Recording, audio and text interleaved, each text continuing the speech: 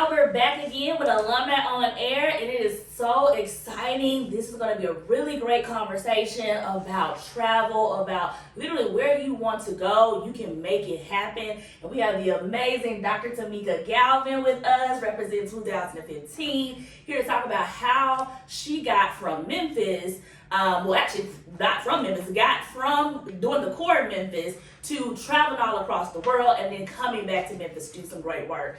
As you all know, this is Alumni on Air, where we bring amazing alums like Tamika into the Alumni Impact Room in Memphis and Teach for America, and we talk and get to know each other about what's happening. Why did you join the core? What was your core experience like? Now, what are you doing Alumni Hood? And then also give us something to pay it forward. What do you want to be thinking about next?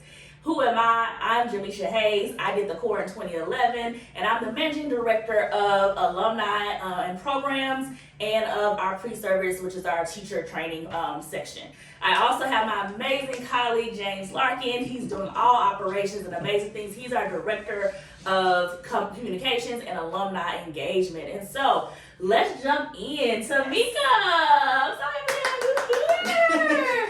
First of all, this is my baby. I coach Tamika, okay? But outside of that, amazing, just an amazing individual. So before we get into what happened in your course, who are you? What's your name and what's the story behind it? Right. It's a lot. So my name is Dr. Tamika Galvin. I am 2015 core Memphis, the best in the area, right? So Memphis is the best. And I am an alumni of Teach for America. And who am I? I am a lifetime learner, an educator, true at heart, and it's my calling. So that's who I am. I'm also a mom, and I'm just, I'm very interested in how we can together shape this world. Yes.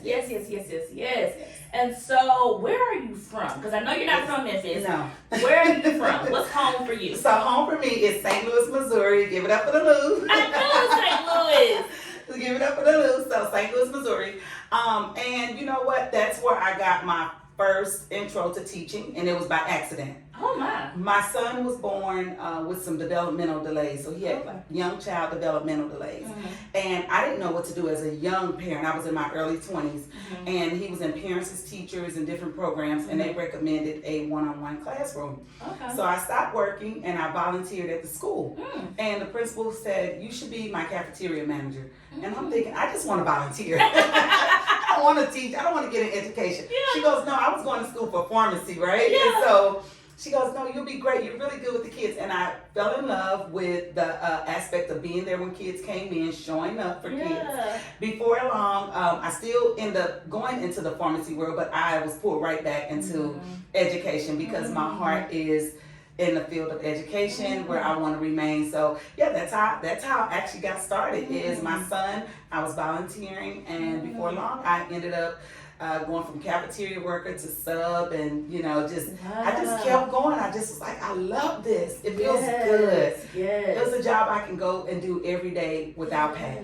Yes, and that's so beautiful to think about the power of love. I feel like that's amazing for you to say, I see my baby, I know what my baby needs, and so let me go in and let me support him, and then through that, fall in love even more with another passion, which is teaching education. That's amazing. And so you were in St. Louis, but now you're in Memphis. So how did you get from you in St. Louis to applying to TFA? What happened? Yeah. So interesting enough, I got a call, and I still have the voice message from TFA. I kind of did like the pre-application or the inquiry or whatever, and I get a call, and the lady says, "I think you should really finish your application. You are exactly," she said, "I think you will be great." And I was like, I got so much schoolwork, and I can't get done with this first application. It was January, and I sat down and I finally got done with the application. And then I went through I made it through each round, and I started getting more excited. And then I had someone to tell me I may not be material that Teach for America needs. And I said, "Well, why?" Because I actually love the field, I love the kids, and I want to do the work. And they said, "Well, you have kids already," and they kind of gave some biases. And I said, "Well, I'm still going to do it." I didn't let that stop me, and I don't want anyone to ever let that stop them. If they have children or other things going on, you don't have to be this like young single person. Teach for America doesn't discriminate based on age or race or anything like that. So that could have stopped me if I would have let it. but it didn't. So I kept going through each round, and it is a lot to go through. And I love the way Teach for America weeds out, because I think at the time it was maybe less than 10% that Teach for America was accepting, because they want people that are going to get in this field and do the work and hopefully stay in this field. But some people go into politics and other things. But that's great, because we still need people to be advocates in different areas. 100%. So I got a choice. I made it to the last round, and I was asked, even throughout the application, where would you want to go if selected? And I said, I want to go to Memphis. What? I want to go to Memphis. This was my first choice, and probably for real, my only choice. I didn't want to really go and serve anywhere. It was Memphis for me. And write the vision and make it plain. I just kept writing down, I'm going to Memphis. And so when I got accepted, I was like, okay, well, where am I being placed? And I noticed it said Memphis, and that was the best day of my life. Like, me and my kids celebrated. I was like, yo, we going to Memphis. Like, I'm going to be teaching. And here's something I think I never told anyone. I've never got a chance to go to college like a traditional student, because I didn't start until maybe 5 years after high school. By that time, I was a mom. I always wanted to live in a dorm. Well, Teach for America gave me that opportunity. Because I lived in the University of Memphis housing during my summer transition, you know. And so for some people, it was just like complaining, like, I don't know. For me, y'all didn't know, but I was so ecstatic to live in a dorm. I love you. Like, I was just so grateful, and I was like, thank you. And I even found a house my first week here. You did. But I didn't want to live in a house yet. I was like, I want to stay in a dorm. This is so priceless. So you all don't even know you gave that to me. Yes. You know, it fulfilled something that I otherwise never would have gotten, because by the time I started going to university, my kids were older and we were in a home and, you know, more established, but I never would have got that. You know, I wasn't the kid they gave a college application to in high school. I didn't get that. I graduated with a 1.67 GPA. So I wasn't college material, you know, and, you know, and for good reasons. I understand why. You know, I had dropped out in 10th grade and dropped back in my senior year, and I said, you know, I'm going to do this. So there wasn't a lot of belief in me, but I still needed someone to believe in me, so I had to believe in myself. So I went back, and so I was a non-traditional student. So thank you all for giving me that dorm experience. Gosh. You are probably one of the only board members that love the dorm. This is so amazing. I just love you. You always give joy. You always give us something, a new perspective. And I am just like, yeah, because that's a good point. Like, that dorm experience for some people, and when we're talking about dorm experience for those that are coming in or looking at this and who are coming in now, that's what we used to call institute. And so that's where you would all come together from all across the country and live on a campus and really get to learn all the tools necessary, the foundation tools necessary to teach your classroom to be day one ready, like we like to say in Memphis. And I've always looked at the dorm as it was important as a way for core members or people from all across the country to become core members, because you're getting that experience of having to, like, you can't go anywhere else. You gotta go to work with these people and come back home, which creates the culture that you need to really be able to get through the fight of education and inequity, because it's not easy. However, I never thought about it being just like outside of that. It's just like it could be a space for someone to really enjoy and get something they never got before. I never thought about the non-traditional experience.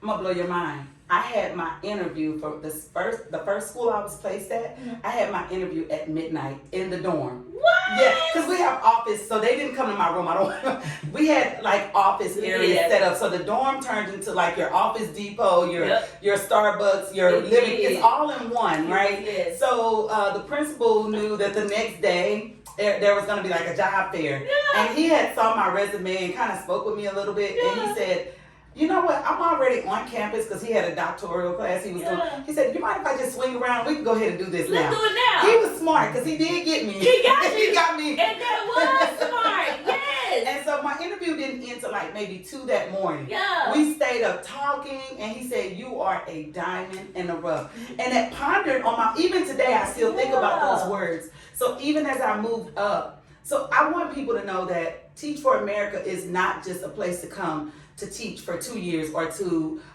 get involved in education. It is a commitment that where it's going to open many doors. This principal that came and met with me that night was the same one who prepped me as I became a principal and told me how to negotiate my contracts. He told me how to go into and start my new year. He kind of coached me into that process, and we still kind of keep in contact to this day.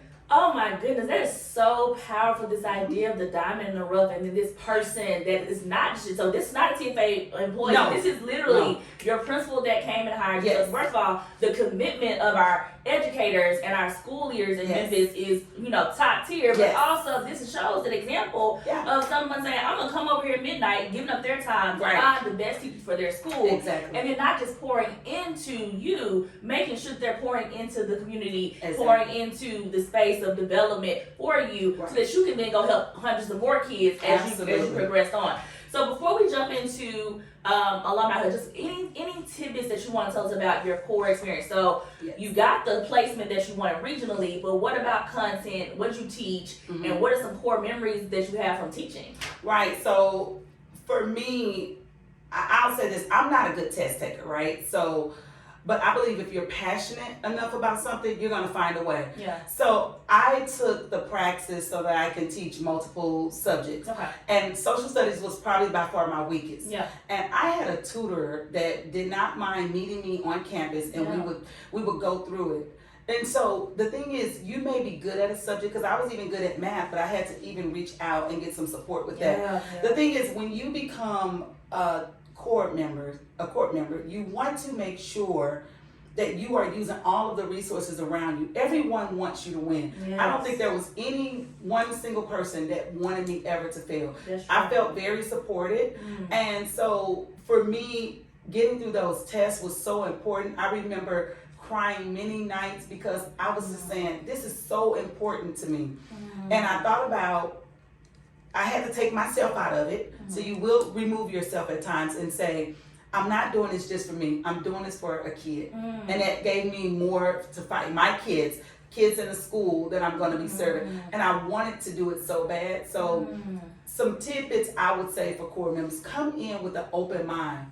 Don't come in with any beliefs of what you've heard about Teach for America, because I hear a lot of things too. But because I am an alumni, I'm able to dispute those things.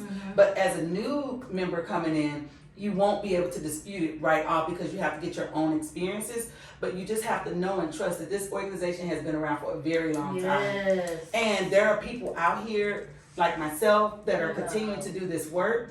So you have to come in with this open mindset and know exactly what areas do you want to contribute, because just because I'm an educator, maybe you want to go into law and be an advocate for a child in that way. So there are different things to do, but just come in with the open mindset of, I'm going to get to know new people. Don't be shut off. Don't be closed in. If you are an introvert, that's fine. No one's going to try to change you, but just be open to new possibilities. That's what I would say to new members coming in. Yes, and when you were teaching and with your students, what was your impact? Did you have a positive impact with your kids in that community? Oh my goodness. I'm smiling because I still see these same babies in the community. And as a teacher, one thing you want to know when you see kids is, what do they remember about you? So, are you going to say something mean to me? And they were looking, they would say, you were tough, but we knew you cared. I see my kids. I went one day to a McDonald's to get a meal. And I saw at the window, the young lady didn't, she couldn't get my order, and she kind of, was in a mood and had some things going on. The girl looks over and she goes, that's Miss Galvin. Excuse me, I'll take her. And that's what you want to give an impact. And one thing I do not want any educator to ever do is to tell a kid you'll end up working at McDonald's. McDonald's was by far one of the best jobs I've ever had. They taught me to smile more. Customers are always right. Have patience, have grace. And so, because our kids go to McDonald's, we don't shoot them down. We continue to encourage them, because that may be part of their journey and their stepping stone. So, the impact that I made, I want to just say, I've had great success as a teacher, and that's because I had great leaders too. Memphis, Tennessee does have great school leaders. I will say that. I had iZone school, and for those who don't know what iZone is, it's the bottom, the lowest percentage of schools, and they're wanting to bring them up so that the kids, I think is it like the bottom 5% or something like that. So it's the lowest schools, and those are the schools that I wanted, because I met with Dr. Sharon Griffin, and she goes, well, what school do you want? And this is how I connected with the principal that I mentioned earlier. And I said, give me your lowest schools. Don't give me your cute schools. Don't give me your thriving. I actually, and so I left that out early when the principal met with me. I asked one of the iZone superintendents at the time, give me your lowest schools. I'm up for the challenge. And she looked at me like, are you sure? Like, you're new, Teach for America. I don't care. I can do it. And I want to pour love into that population. And so that's how that happened. But when I got there, what I noticed was the students didn't have a lot of resources. You know, they had different things going on at home. And for me, it's how do I support that? I can't change what happens at home. So I noticed that internet was an issue for a lot of our students, and lack of computers for resources such as technology devices and things like that. Well, I created this program, and I used Edmodo to support it, to where I did flipped learning. You did. Later we'll talk about how that came into play as a school leader. But I did flipped learning for my kids. So I had to have parents sign a permission form as if we were going on a field trip, and for the kids to stay after school. The kids that stayed after school was able to do their homework with me, and we were able to build and continue to work through some of the unfinished learning that they had. So that year when scores did come out, we did see a jump and a gain, but it was just because the students were willing and I was willing. It wasn't because of me per se, it was what I was willing to do with the students. We did it together. So you can't say I'm motivating students without engaging students, without showing them you care. They don't care how much you know until they know how much you care. So I was able to have great success my time here as a teacher in the Shelby County schools, and you know, I'm up for continue to make that happen. And I think that's a good point for us to reflect on. They can't know what you know until they know how much you care. Exactly. Let's take a moment and really reflect on that. And that can be applied to any field, any job, any role, any student. People might not know what you know because they don't know that you care first. And so as leaders, which all of us have the capability of being, we have to think about how do we show up to show people that we care before we try to tell them off and tell them what we know. Take a moment to think about that, and we're going to come back together. Yes.